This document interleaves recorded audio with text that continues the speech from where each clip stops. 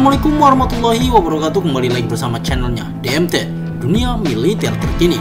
Di video kali ini kita akan membahas tentang update berita militer Indonesia. Ada apakah? Mari kita bahas ulasannya di sini.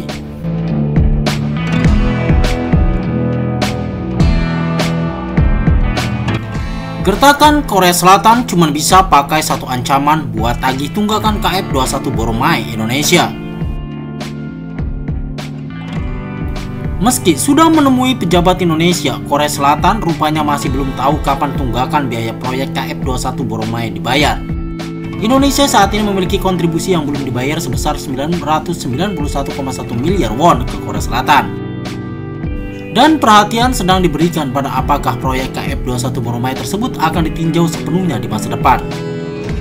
Saat menandatangani kontrak dengan KAI Korea Selatan pada Januari 2016, pihak Indonesia memutuskan untuk memproduksi 48 jet tempur KF-21 Boromai di dalam negeri setelah menerima prototipe dan berbagai data teknis sebagai pengganti pembayaran kontribusi proyek sebesar 20%.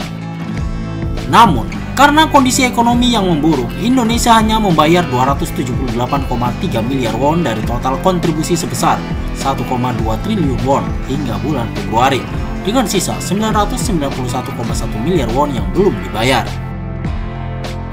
Oleh karena itu, sebagian pihak di Korea berpendapat bahwa kontrak bisnis KF-21 dengan Indonesia harus diakhiri. Korea Selatan akhirnya menggertak Indonesia agar mengumumkan pembayaran KF-21 Boromai.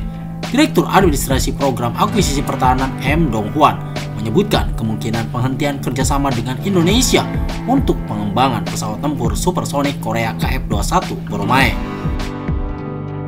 Dikutip jonajakarta.com dari artikel terbitan Asian Times pada 16 Oktober 2023, Direktur DAPA M. Dong-hwan dalam audit Komisi Pertahanan Nasional yang diadakan di Majelis Nasional di Yeouido pada tanggal 16 dan menanggapi pendapat anggota Parlemen Partai Demokrat Ki Dong-min yang menyarankan langkah-langkah mendasar harus diambil sehubungan dengan tidak dibayarnya kontribusi proyek KF-21 oleh Indonesia. Direktur DAPA mengatakan, "Saya akan mengunjungi Indonesia awal bulan ini. Kami bertemu dan berdiskusi dengan tokoh-tokoh penting termasuk Menteri Pertahanan dan Kepala Staf Presiden," ujarnya seperti dikutip jonajakarta.com dari Asian Times. Selanjutnya, Komisaris EOM mengatakan kepada pihak Indonesia untuk menghentikan proyek KF-21 dengan baik, kontribusi harus dibayarkan.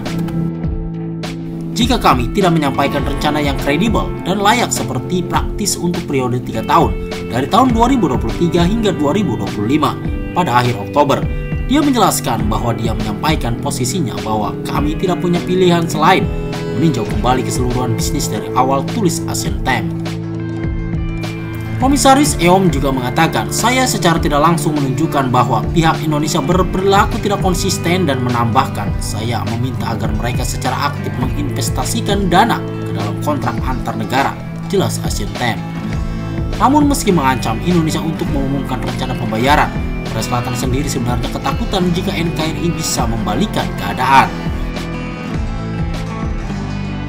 Parlemen dari Partai Kekuatan Rakyat Han Ki-ho, Ketua Komite Pertahanan Nasional di Majelis Nasional, mengatakan bahwa Menteri Pertahanan Indonesia saat ini Prabowo Subianto adalah calon presiden yang kuat dengan mengatakan, jika orang ini menjadi presiden ada kemungkinan untuk membalikan keadaan secara keseluruhan. Situasi sekitar dan pikiran tentang rencana B itu harus dilakukan, katanya, jelas Asian Times. Namun Korea Selatan nampaknya kembali gigit jari. Pasalnya, dikutip jonajakarta.com dari Han Kyung edisi 1 November 2023, Indonesia rupanya mencueki ultimatum yang diberikan Korea Selatan di proyek KF-21 Boromai. Menurut Administrasi Program Akuisisi Pertahanan pada tanggal 1, pemerintah Indonesia tidak memberitahukan Administrasi Program Akuisisi Pertahanan tentang rencananya untuk membayar kontribusi Boromai KF-21, jelas Han Kyung dalam artikelnya. Selama audit pemerintah bulan lalu, Direktur DAPA M. Dong-hwan mengisyaratkan kemungkinan penghentian kerjasama dengan Indonesia dengan mengatakan, jika pihak Indonesia tidak menyampaikan rencana untuk membayar iuran untuk periode 3 tahun dari tahun 2023 hingga 2025 pada tahun 2025 akhir Oktober, kami tidak punya pilihan selain memeriksa ulang keseluruhan proyek dari awal. Indonesia tidak menanggapi peringatan publik yang disampaikan oleh Ketua DAPA pada waktunya, jelas Han Kyung dalam artikelnya. Sikap Indonesia yang dituding acuh terhadap ultimatum DAPA Korea Selatan diduga karena ingin memberikan tekanan terhadap Korea Selatan. Beberapa pihak berpendapat bahwa lanskap politik Indonesia yang kompleks mempengaruhi pembelian jet tempur menjelang pemilihan presiden tahun depan. Menteri Pertahanan Prabowo yang sekarang terpilih menjadi Presiden Indonesia, menantu mantan diktator Indonesia Presiden Soeharto, diperkirakan akan menyelesaikan benang kusut tentang proyek KF21 Burmae. Ada spekulasi bahwa Prabowo sedang mencoba mengubah ketentuan kontrak demi keuntungan negaranya dengan memberikan tekanan pada Korea dan KAI yang memerlukan catatan ekspor pertahanan untuk mencapai kesuksesan, jelas Han Kyung dalam artikelnya. Dikutip Zona Jakarta.com dari New Delhi edisi 6 Desember 2023, media Korea Selatan membongkar satu-satunya ancaman yang bisa dipakai menagih tunggakan KF21 Burmae Indonesia. Indonesia dan Korea Selatan rupanya tak punya kesepakatan yang mengikat terhadap tunggakan pembayaran KF21 Burmae. Diketahui tidak ada ketentuan kontrak tersendiri yang bisa membuat Indonesia pengembangan bersama KF21 bertanggung jawab, misalnya denda.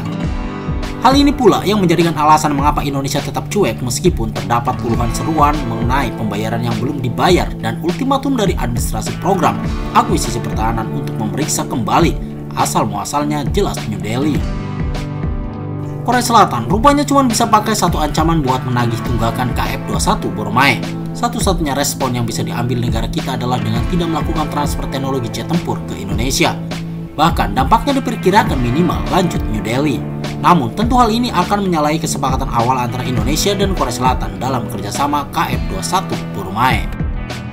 Mengingat KF21 Burmae adalah pesawat tempur generasi 4,5 yang sedang diteliti dan dikembangkan untuk menggantikan pesawat tempur F4 dan F5 Korea Selatan yang sudah tua. Sesuai status proyek pesawat tempur Korea KFX, gejolak tersebut diputuskan pada rapat Kepala Staf Gabungan ke-197 pada 12 November 2002.